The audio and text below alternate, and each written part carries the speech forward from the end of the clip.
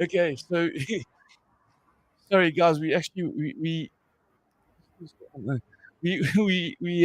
started off on a bit of a bad note. We went off on a tangent thinking we were live and we weren't. So we're gonna try that again. Um, so yeah, welcome if you're joining us on the My Rehab Help the Facebook profile.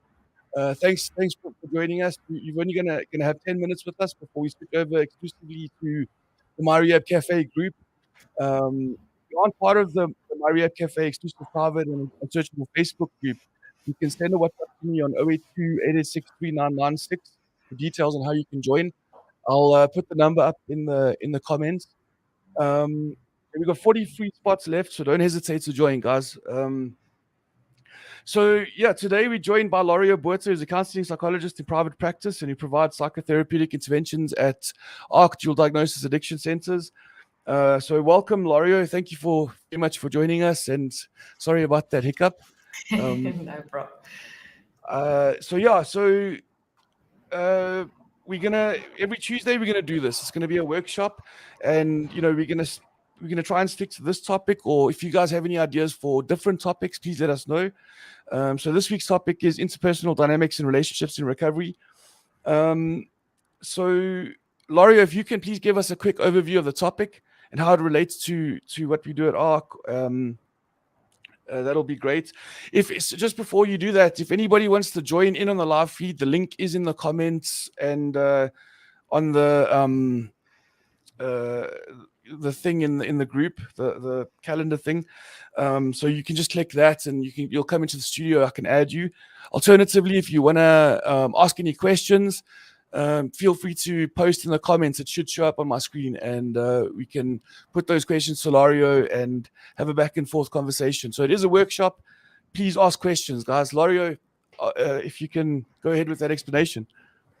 All right. Hi, everybody. Firstly, thank you for having me.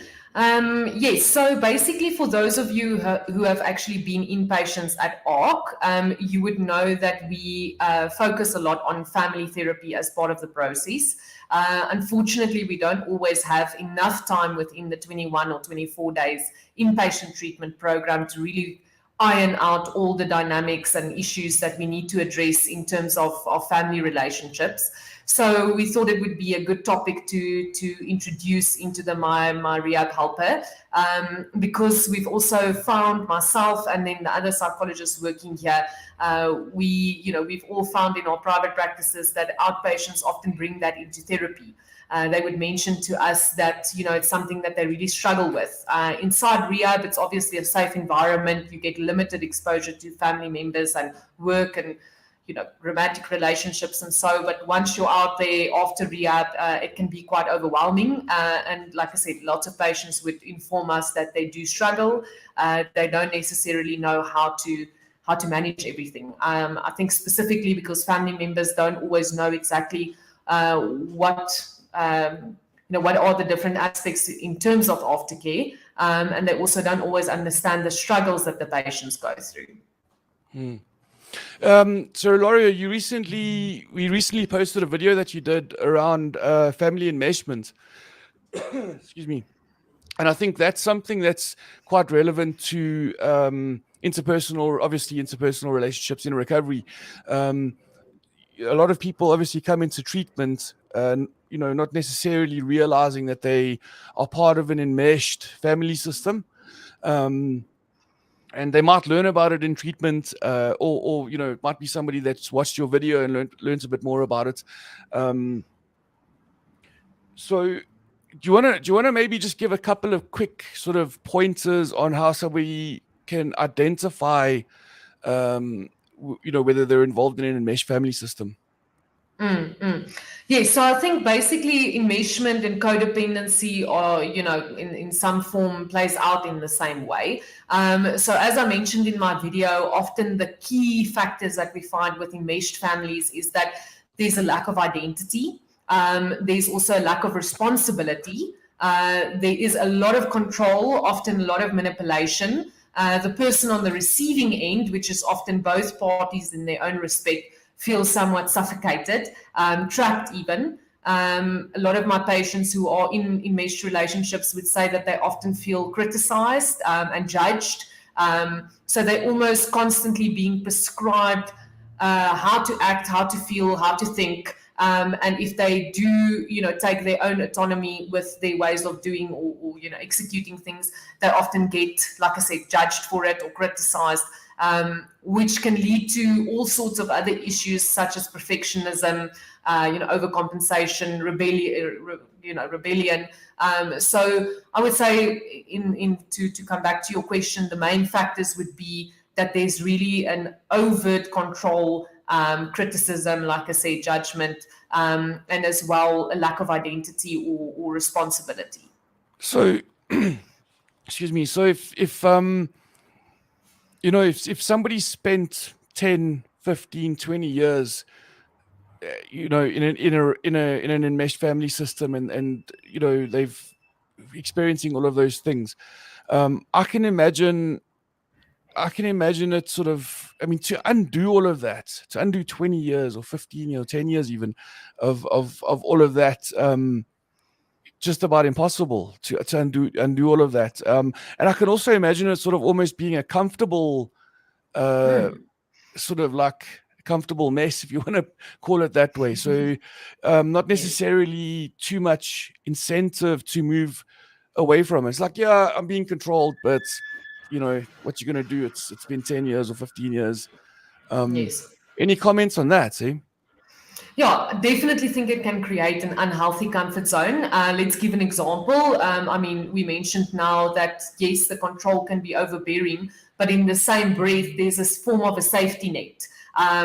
So you might get told what to do or prescribed what to do and how to do it, but there's in the form of manipulation, there might be some alluring reward at the end of the day. If you do something specifically the way your family member wants it, then there might be a financial initiative to it.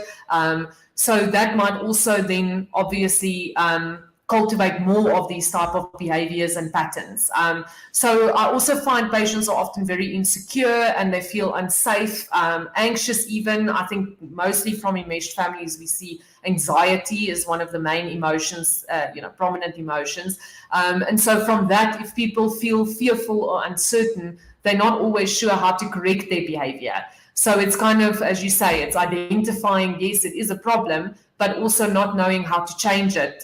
So then, there's you almost become familiar in the chaos that it creates, and in any form of change might feel scary. And that makes people kind of make a little bit of progress in rehab sometimes, and then the moment they come out, they feel overwhelmed again, and they kind of just revert back to their old patterns and behaviors. Yeah. So okay. So not necessarily knowing how or being afraid to change it. Okay, that's sort of one aspect, but like you said, there could be an aspect of where it's just like blatantly sort of, I'm not willing to change it because there's incentive to it. I mean, I know, for example, if a parent sort of has been managing somebody or assisting somebody from a financial point of view, right? For whatever reason, and whatever their motives are, but it's it looks like an enmeshed thing. Okay, it's going to be difficult to say no to money, or to say no to this perk or that perk. But are you saying that it's important to be able to do that, to be able to refuse, despite the attractive sort of nature of the issue? Are you saying that it's important that we try and sort of say no to it? Yes, and I think people need to build the confidence. I think with anything like this that you want to change, especially if it's been years of the same way of functioning, we call it graded exposure, which means you're not going to jump in with all fours. You're going to take it slow, So it might just be the small act of saying no to, like I said, somebody telling you to stand in a certain way or speak in a certain way. And I mean, that sounds silly, but I do see it in the family therapy sessions that the person would even be prescribed on how to stand or how to talk. So I mean, it's the smallest of changes that can accumulate to big ultimate changes. But I think especially with the young adults, they would often complain that their parents are overbearing or over controlling, but in the same breath, they would tell me that they don't feel mature enough or confident enough to go live on their own because they have in some way, been buffered towards things like planning financially or taking responsibility in terms of household duties. So, I mean, like I said, there can be that fear, but I think it's very important to start small and start kind of altering or shifting those types of patterns in relationship. But I also think it's important that the other person know or understands what you're doing. Doesn't help that you're suddenly acting in a certain way that might confuse the other party, because that might there's the word that I'm looking for, entice more control, yes, from their side. So I think that the main or thing rejection. is, yes, or rejection, criticism, aggression even. So I think at the end of the day, it's important that you involve that person in some form of a process so that both parties understand. It's not necessarily to say that they would accept it or agree with it, but at least, that it doesn't feel also like manipulation from your side. Okay, guys, so we got the first 10 minutes are up on the Maria Helper platform, which is relatively a public space. I'm going to switch over to the exclusive and unsearchable, what is it? It's private and unsearchable Facebook group, Maria Cafe. So if you're on the group, please continue watching there. I'm not sure if it's going to cut the feed on this, but we're going to take a look. If you guys are watching again, please, on the Maria Helper platform profile, send a WhatsApp to 082-886-3996, and I'll give you an overview of how to get onto the Facebook group. Cool. Thanks for watching, guys. Let's remove that. Cool. Okay, so we're over to the group, and I think that's cool because from a personal point of view, there was an instance where I grew up in a very enmeshed family where my parents, there was a family business and everybody was involved in the family business and everyone was competitive with each other. And at the same time, we were trying to all work together. And, my old man would, in a lot of ways, try and exert some control, if I can put it that way, from a financial point of view. So he'd make an offer that was like so attractive and pretty much too good to refuse. But I knew, and this was when I was well into recovery, I knew that it would be a bad idea to accept it because it came with conditions that I wasn't necessarily willing to accept. And I had to really do a lot of work in terms of how to identify what my values were, and whether or not I wanted to be subject to those conditions, which were a lot of the time very much I thought unreasonable. So again, kind gesture, attractive offer, looks almost good to be true, but the conditions meant a lot of control and limited my autonomy and my ability to sort of like be my own person. Yes. Am I on the right track, Gloria? Yes, 100%. I think another good example, a patient of mine recently who told me that, her mom would often comment on, like I said, what she eats, how she talks, and her husband also confirmed, and he said she's starting to project that on him as well. And now that they have their own children, there's even more comments being thrown around about their parenting styles and so forth.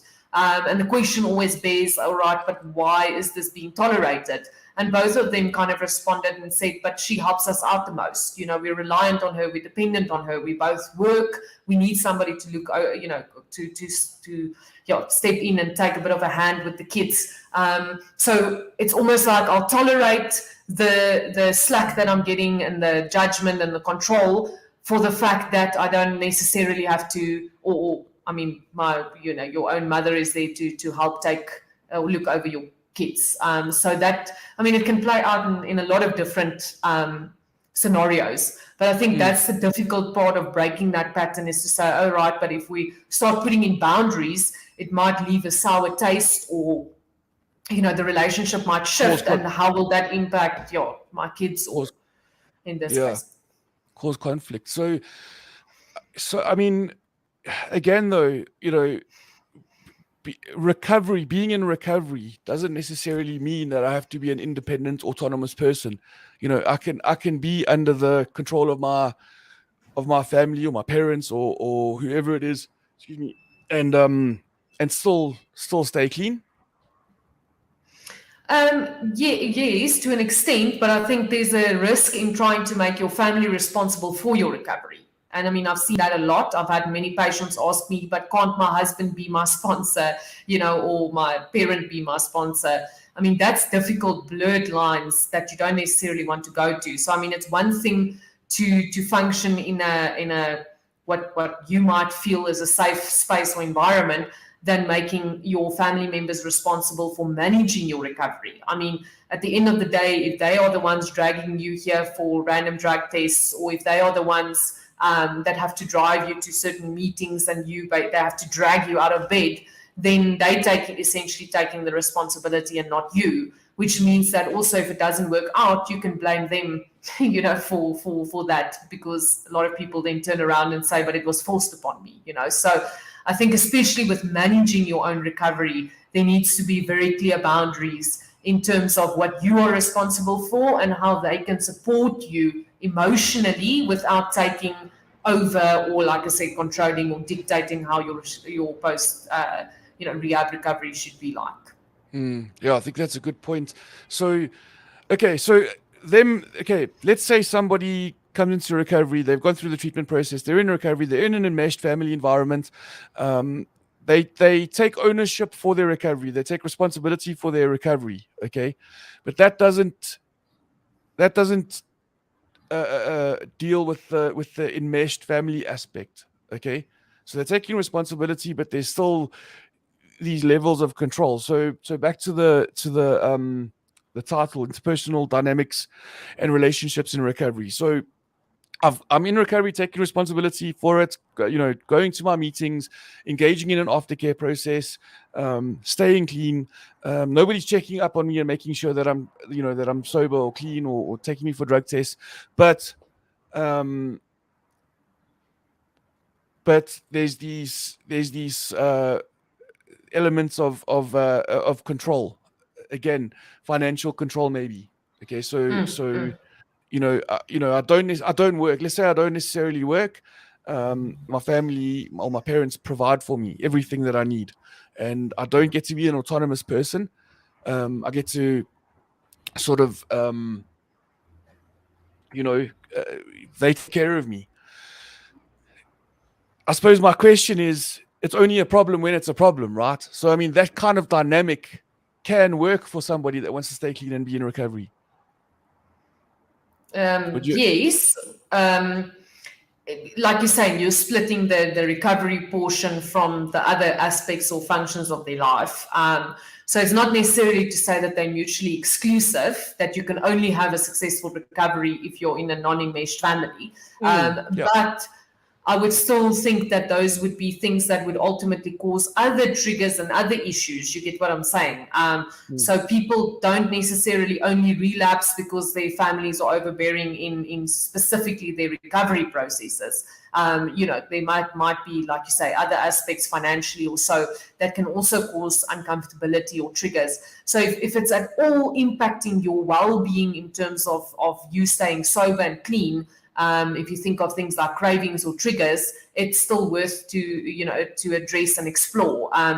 Again, it's a very tricky situation. I always say in therapy, you need to throw your problems into two hats or two boxes. If you really want to simplify it, you either throw it into the acceptance box or the change box. So meaning some problems or some issues, unfortunately, you can put in all the effort from your side till you're blue in the face. It doesn't mean the other person's necessarily going to shift their perspective or their way of dealing with things, especially when you work with elderly parents who has been, dealing with things in a certain way for their whole life. Then you might need to work therapeutically more on your acceptance and your way of responding to these things, that it doesn't impact you after the interaction. And sometimes there is room, maybe it's in a romantic relationship, as said, with a partner or so, or with your kids, that there's still room for adjustment, that you can actually work on the change part of it and say, listen, here, this isn't working. We need to all get together to try and adjust or change, or I need to make the decision that this isn't going to work for me going forward, and I might need to shift away from this specific relationship, or putting. Again, though, Lorio, sorry, we've got a comment here which I'll it didn't show up on the screen, but just on that note, though. So again, you come into recovery, right? You come into treatment, you learn about family enmeshment, you identify that your family's you've got there's a problem, and it's it becomes apparent to you. You knew there was a problem, but it wasn't apparent to you before. You want to approach your family members about it, but there's 10 years of this or 20 years of this, right? Starting to undo that also means that we need other people to have insight into that dynamic. Okay, so Yes. if it's your parents, both parents need to know, need to have an understanding of enmeshment, and they need to want to participate in the undoing of that, right? Yes. I don't, but personally, I haven't seen on many occasions that that becomes the case, where sort of like older parents are open-minded to the idea of undoing that enmeshment and sort of Yes. motivating a positive outcome. Any comments on that? Yes, so we've often had parents be willing to come for the family therapy, that they're not reluctant to get involved in the process. I mean, that sometimes specifically what they want is they want to get involved so that they can start, in some way try to dictate it. So they're very enthusiastic to get involved in the process. But as soon as we start touching on these uncomfortable points and start highlighting certain patterns, then the response isn't always as welcoming. Sometimes we get a lot of defense or aggression or conflict, and unfortunately we don't always see that as psychologists, because sometimes in the session people keep up a front, but then afterwards it gets said very clearly that that was either inappropriate or ungrounded or whatever the case might be. So it's definitely rather the exception than the rule, that specifically in a parent-child relationship where the child might be in their young adulthood or older, that the parents are going to make a amount shift. But I always say to the patients, you need to make sure that you keep your process clean or on track. So if you eventually start putting in boundaries that they're not going to necessarily enjoy or understand or agree with, at least you made an effort to explain to them the reasons why you are bringing about these changes. You get what I'm saying? They don't have to agree with it. They don't have to change necessarily. But at least from your point of view, then you've put in the effort, from your side, to try and involve them, to try and help them understand, which later on helps with things like guilt and shame that the person him or herself sits with. Because I often find that patients would make decisions like to stop all contact with the parent, and then later on they feel extremely guilty, or they get a lot of criticism from friends or other family members. But if they can say, but listen here, look at the process that I've tried in order to amend this, then there's at least a little bit more understanding, or like I said, a feeling of compassion maybe in terms of what they're trying to achieve. Okay, kind of helps with the closure. Yeah. So I think that could probably be very difficult. But okay. So I got a couple of comments here. I got from Lucille talking about family. Ark is still my family, away from family, which is a really nice comment. Thanks, Lucille. Sophia, she says, I feel the support of your family is a key element for your recovery. However, you should take responsibility for your own actions. I think that's well said. Thanks, Sophia. And then, Sophia, I see you still there. And Colin, you're watching with us. That's awesome. Thank you guys for watching. Welcome. If you have any questions, guys, post them on the live stream. Like we've got a couple of minutes left, so I think Lorio would be more than willing to answer them. Um, Interpersonal dynamics and relationships in recovery can include, things to do with your employer as well. Or if you're on the other side of the fence, if you're an employer, then it can have things to do with your employees. um, there we go. Here's another one.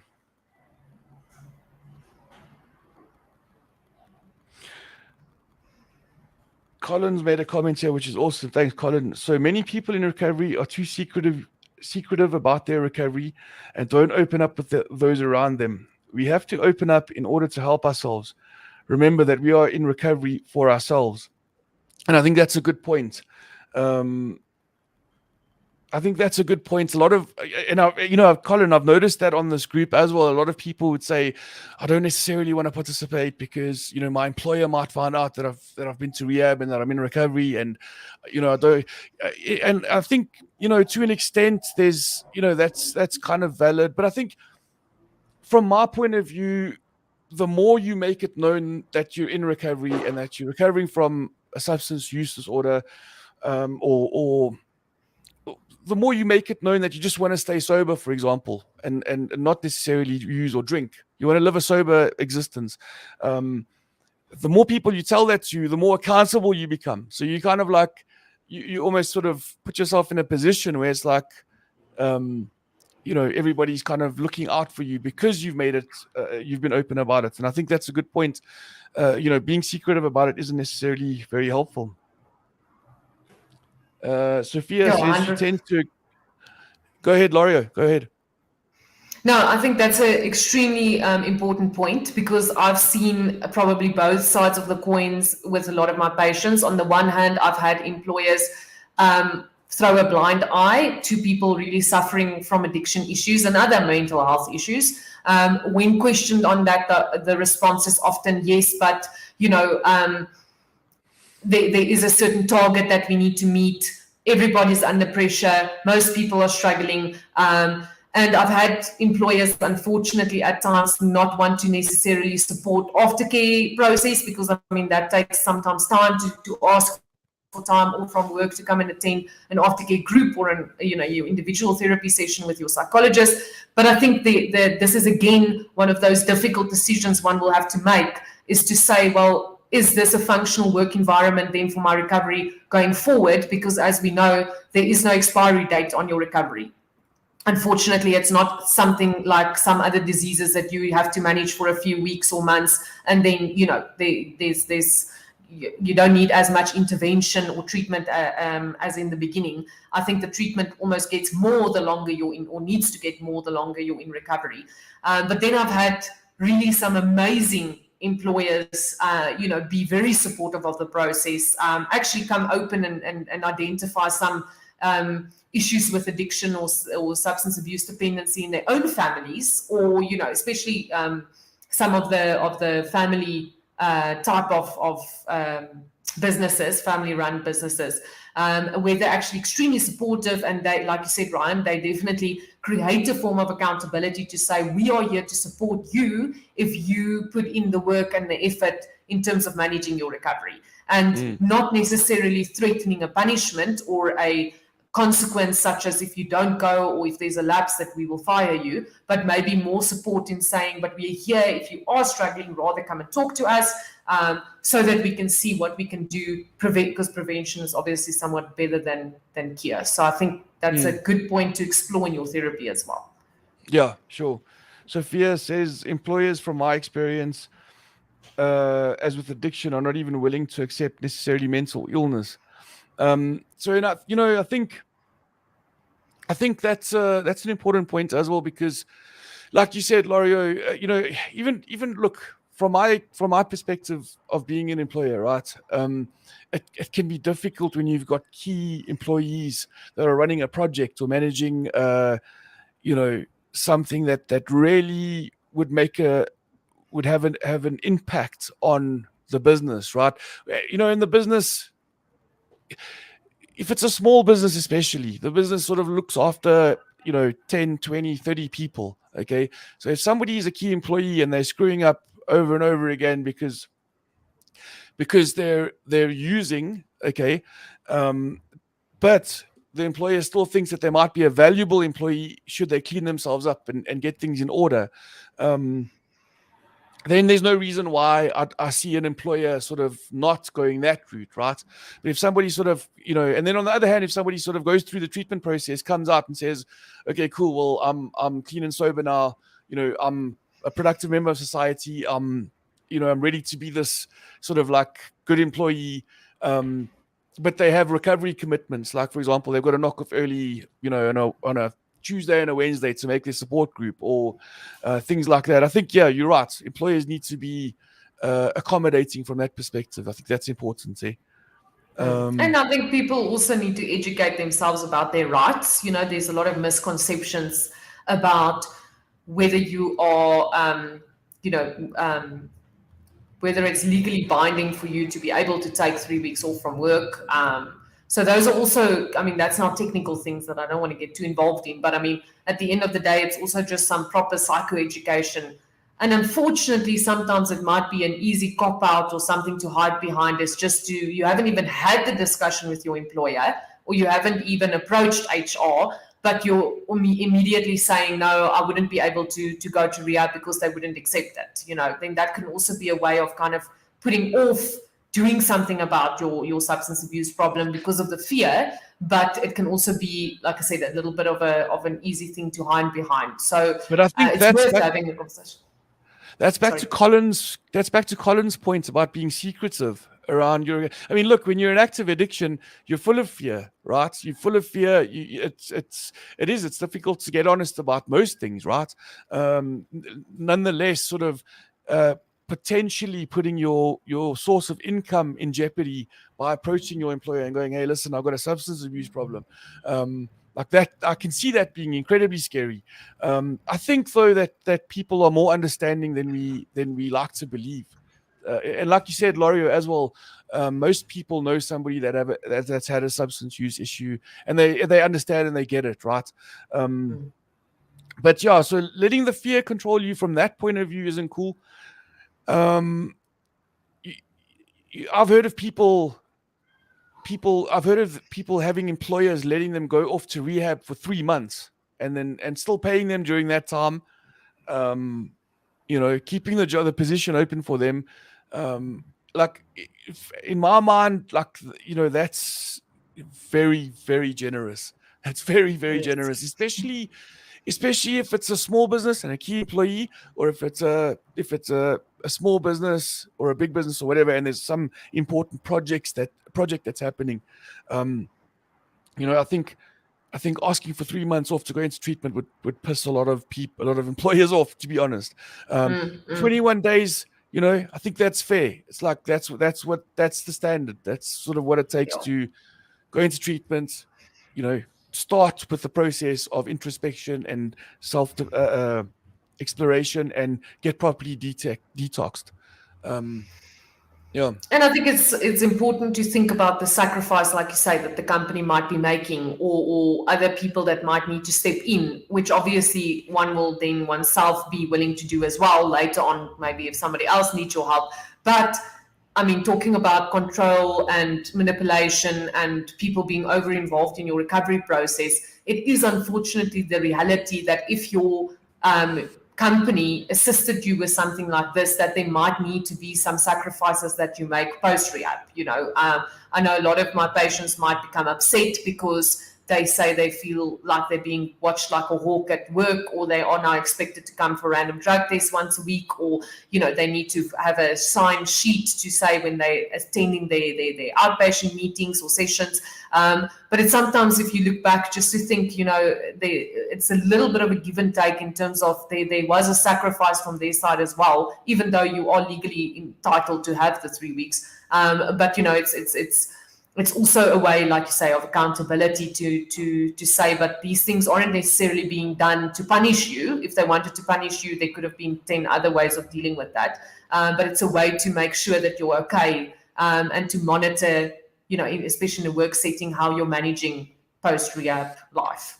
The other thing around being secretive is that, I did this live video with Ashley, who's an attorney, and he mentioned something that was so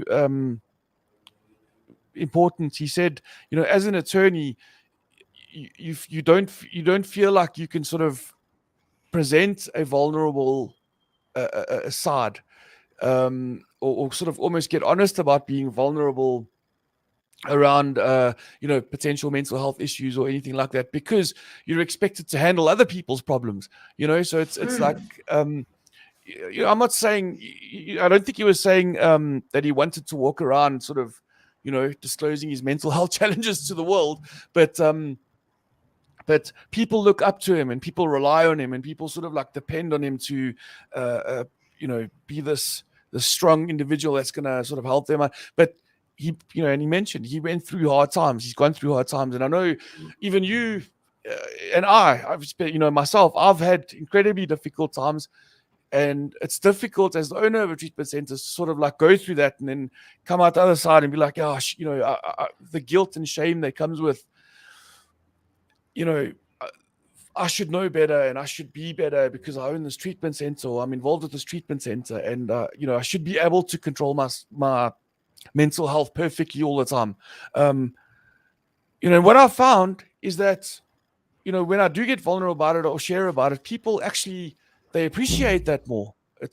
They appreciate it more, and it's not, they aren't necessarily as judgmental as I think that they could be. Having said that, though, I know in corporate environments, and maybe even political, not that I've come across too many people involved with politics, but disclosing a substance use issue, or that you've been to rehab, or that you've got a mental health challenge, people from a corporate point of view, again, or political point of view, they can use that against you as a means to kind of like, sabotage your ambitions or whatever, right? So I understand the fears around that, eh? Yeah, and I think definitely, in other forms of relationships, I've had lots of patients who are going through divorces and custody battles, and I mean that's extremely hard in terms of how do you disclose, to what extent do you disclose, how can that backfire? So that's maybe even a topic we can have, is to discuss specifically around those type of relationships. That you're very unsure how to navigate it post rehab. The person might, like I said, not even have noticed that you were in rehab. So that's also, it's a difficult thing to manage. And I think, like you said as well, if you are your own boss in whatever way, it's a lot more difficult because you have to keep yourself accountable. There's not always that support structure in terms of colleagues or so to pick you up or give you words of encouragement or tell you that things are going, or secure your job for you. I mean, we get lots of people that obviously want to book in that are self-employed, and they're extremely worried about what effects this might have on their name or status. So that's also things to consider at the end of the day. Yeah. So, and not having people to answer to. So, I know there's a family member of mine was in a position where he was making a hell of a lot of money. He was going through this divorce, and he was living this very hedonistic sort of existence. And he answered to nobody, to no one. Okay. For that guy to have gotten to a point where he was able to gain a bit of insight into how destructive his lifestyle was just about impossible. And in fact, he did in fact pass away. And I think it was in a lot of ways due to his lifestyle. So not having accountability is a tough one, and not having people to answer to is a tough one. But that's why we've got this group as well, Lorio. And I think this Maria Cafe initiative is about getting to know everybody, getting to know each other, and sort of becoming a family of sorts. Hopefully not an enmeshed one, and having each other's back, eh? So, yeah. Yes. So 100%. okay, cool. I think very, very. Do you wanna give us any parting thoughts? Look, there's still lots to talk about. I mean, this is really just scratching the surface, and we jumped a little around in terms of different types of relationships. But I think that's why it's so important that we get your guys' comments and specific questions about what you're struggling with or what information you need to know more about. But like I said, I think the main takeaway message, specifically with families or like I said, romantic relationships, is really trying to pinpoint whether the controlling aspect of a relationship is due to the panic and maybe anxiety that the family members are going through in terms of your recovery, and that might just mean that they need to come for like basic psychoeducation on addiction and post rehab, aftercare processes, or is it patterns of enmeshment that has kind of been pulled through one generation to the other, and it's really difficult ones to break. And like I said, then it's worthy to explore.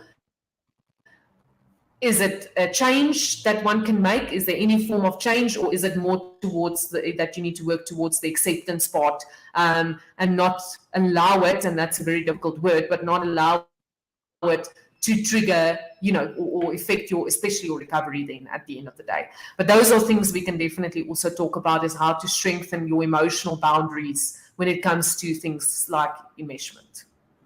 Okay, awesome. Thank you, Laura. Thanks very much for participating today and for running this thing. And I just want to say thanks to Lucelle, Sophia, Colin, and everybody else that participated. Hey, thank you guys for asking questions and for being involved. I think that's what this group what this group needs, and it's important. And I think we all want answers. Hey, I think just also on another note, if you are struggling with a family member and sort of helping them gain insight into what family enmeshment means, you can go onto our YouTube channel. It's Duly Diagnosed. It's called Duly Diagnosed. I'll put the link in the comments, and you can share that video with your family. Lorio gives an excellent explanation on what it is and what it means and how it works. And yeah. So thanks. Colin posted, if a person wants to keep recovery, we must work the program. Recovery for me is a recipe. The program plus the steps plus meetings plus service equals recovery. If one ingredient is missing, there goes my recovery. Colin, nicely said. I think that's important, and we'll definitely sort of make that a topic. But okay, thank you, Lorio. Thanks, guys. Thanks for participating. See you next Tuesday. Looks like Lorio is frozen up there. Have a good week.